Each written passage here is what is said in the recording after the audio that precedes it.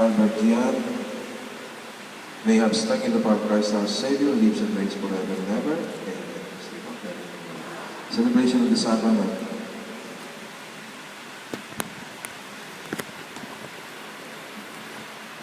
My dear brothers and sisters, God uses the sacrament of water to give His divine life to those who believe in Him. Let us turn to Him and ask Him to pour His gift of love from this fountain the child He has chosen. Mother God of mercy, to this waters of baptism, you have filled us with new life as your very own children. Blessed be God.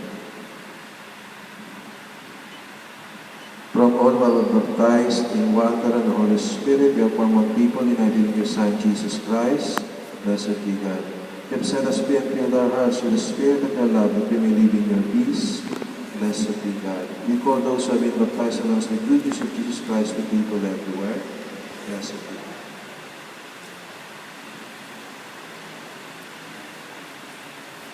You have called your child to this cleansing water and new birth, that by sharing the faith of your church, he may have eternal life.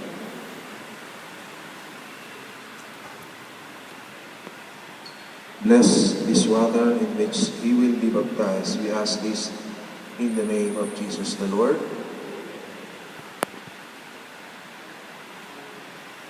Renunciation of sin and profession of faith. Yung walang tao na lima pumunta simbahan tapos kumatok. Anong kailangan mo? Papabinyag po. Sige, ka. Sabi ng pare, kumuha ng holy water. Nice na, okay na. So, ang binyag, community affair yan. So, community affair, yung bibinyagan, di ba? E paano naman yung binyagan na? No? Yung mga binyagan, yung tawag na renewal of baptismal promises. Ayan. Ang renewal of baptismal promise may dalawang pati. Una, yung exorcism. Pangalawa, yung profession of faith, yung I believe in God, the Father Almighty.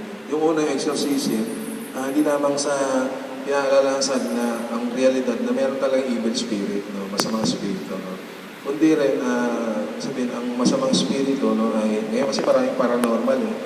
May spirito rito, yung sabihin, meron pa silang, sabihin, gagampanan, parang gano'n, o merong mission pa, gano'n, mga spirito, ganyan. Kaya sa atin, malinawan natin mga Kristiyano Katoliko, pagka namatay isang tao, kinukuha na yung kanyang kaluluwa. So, ngunit hindi sinasabi na wala talaga espiritu. Meron talaga espiritu, ngunit dalawa lang daw yan.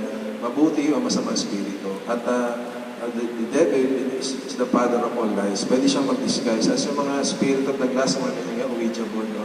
So, marang sinasabi ng even yung mga fathers of the church, nag-disguise ang evil spirit, no, sa maraming paraan.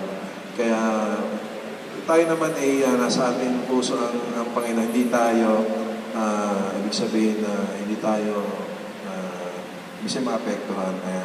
Ang ibig sabihin natin exorcism, we are cooperating with God's grace. Upang, kasi hindi naman natin in our own effort, in our own strength pala sa ating mga spirit yan, sa mga spirito. At kailangan natin grasya. Through the grace of God, we cooperate. At itong siyang sabihin, kailangan din tayo upang hindi tayo maapektuhan ng masamang spirito. At yung ikalawang pati nga yung profession of faith, no? Our faith, no? In the church, in God, in the church. Okay. Dear parents and godparents, who have come here to present Albert Gian for baptism by water and the Holy Spirit, is to receive the gift of new life from God His love. On your part, you must make it your constant care to bring him up in the practice of the faith. See that the divine life which God gives him is kept safe from the poison of sin to grow always stronger in his heart. If your faith makes you ready to accept this responsibility, renew now the vows of our own baptism, reject sin.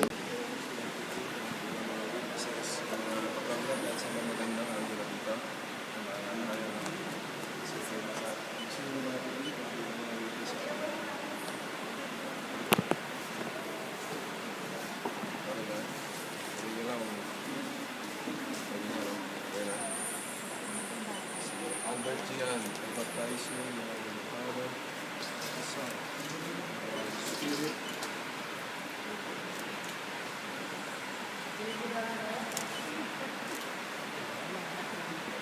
May God, the power and Father of our Lord Jesus Christ, has cleansed you from original sin, giving you new birth by water and the Holy Spirit, and welcome you to His holy people.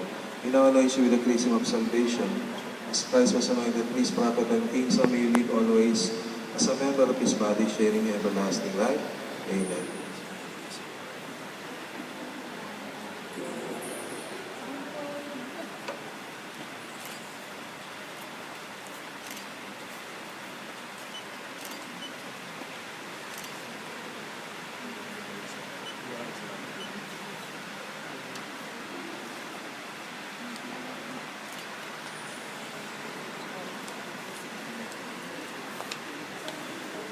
Yung nilagay nating langis, hindi Baguio oil yan, ano? O anumang product ng mantika, no? Yan. Anyway, crazy nito, no? Olive oil, best olive oil. Yung olive oil may medicinal properties daw to. Ever since nung unang panahon ngayon, mga nag-survive sa gera, o yung mga may sakit, no? Yung papagaling daw. Kung wala naman sakit, nagpapalakas. Kaya ating mga hari, kaya kung inanoint sila, olive oil yan. Tapos yung mga emperor olive oil. Ngayon sa atin, sa Sacramento, hindi naman physical strength o healing, no? Kundi lahat ng aspeto ng pagkatao. Kaya, spiritual, moral, intellectual, etc. etc. Kaya, no? At may masigit pa na, no? Yung pinakahigit na kahulugan niya, no? Dahil ito yung simbolo na ginagamit ng Espiritu Santo upang manahan sa bininyagan. Okay. Clothing with a white garment. Albert Gian, you have become a new creation and clothe yourself in Christ. See in that white garment the outward sign of your peace and dignity with your family and friends to help you by word and example. Bring that dignity and stain to the everlasting life of heaven. Pwede niyong sabihin, itago yung baro na yan. Paglaki niya, makita niya, wow, ito pala yung ginamit ko nung ako'y baby pa. No, makakahulugan, di ba? No? Faithfulness. No? Siguro ito rin yung malalaman niya para pag nag-asawa siya, faithfulness din. Ano? Ayan, okay. Suggestion ko lang yun. Ano? Lighted candle. Yes, yun na yung mga dala-dala niyong kandila dito sa Paschal Candle. Dito lang po magsisindi. Huwag po sa lighter at phosphor. Maraming salamat po. Receive the light of Christ. Parents and godparents, that light is entrusted to you to be kept burning brightly. Albert Gian has been enlightened by Christ. He is to walk always as a child of light. May he keep the flame of faith alive in his heart. When the Lord comes, may he go out to meet God with all the saints in the heavenly kingdom. Amen. Sa mga ibang religion, no? Pag maraming pera yung lalaki, daming asawa, daming anak, dumadami ka agad, di ba? Sa atin, alam nyo, mas madali. Pag nagninong at ninong ka, no, ang daling lumaki ng family, di ba? Kasi pag ninong-ninong ka, hindi ka na others, di ba? Kapamilya ka na eh. Di ba? Di ba sa English ng ninong at ninang, grandparents, di ba? Ay, godparents pala, di ba? So, parents, hindi naman iba sa inyo, hindi naman parents, tsaka hindi naman kay Diyos. Pero ang sabihin ng godparents, God sent yan, pinadala ka yan. Di ba may tayo ngayon kasabihan tayo mga Pilipino, no? Pagka medyo sabihin, may kakulangan, sabihin hindi kaya pa samantala ng mga magulang alagaan yung bata. Ang mga ninong at ninang sumasapo, di ba? Di ba kasabihan nyo, di ba? Hindi galing sa akin yun, di ba? Alam nyo rin yan, di ba? Mas ganun din yun, ano? Kaya nga kahit na hindi birthday ng bata o Pasko, minsan na sa bahay, di ba? Kasi kapamilya na yun, di ba? Mas mahigpit pa nga ang bonding, di ba? Kasi Diyos ang di ba? Ang foundation di ba? Kaysa dun sa blood relatives minsan, di ba? Okay, anyway. Concluding right, bago na ito, uling paalala, ang binyag bilang initiation, hindi pa kompleto yan. No? Ako kompleto yan sa complete. Noon nga, magkasama yan. Pero sabi ng Holy Spirit, hindi, kailangan iwalay niyo. So, unti-unti, na-realize natin na to the Holy Spirit, no? Sa simbahan, no? Ay, dapat iwalay ang binyag tsaka complete. No? Yung complete, 13 years old, no? Okay. At sa atin, maraming hindi pa kumpil. Kung kailan kakasal, tsaka kumpil. So, ang daming nawalang grasya, di ba? Paalala lang po yun. So, 13 years old, no? O 12 years old, depende sa diocese, no? At in between that, yung first communion, 9 years old. First confession, first communion. Okay. Concluding right, dearly beloved, Albert Gian has been reborn in baptism. He is now called a child of God, for so indeed he is. In confirmation, he will receive the fullness of God's Spirit. In Holy Communion, he will share the banquet of Christ's sacrifice, calling God his Father in the midst of the Church. In the name of this child and the Spirit of our common sonship, let us pray together in the words the Lord has given us. Let's pray the Our Father. Our Father, who art in heaven, holy be your name. Your kingdom come, your will be done on earth as it is in heaven. Give us this day our daily bread and forgive us our sins, as we forgive those sin against us. Do not bring us into the test, but deliver us from evil. Amen. In the same way, let us also impress our newly baptized Albert Gian to our Heavenly Mother as we say the Hail Mary.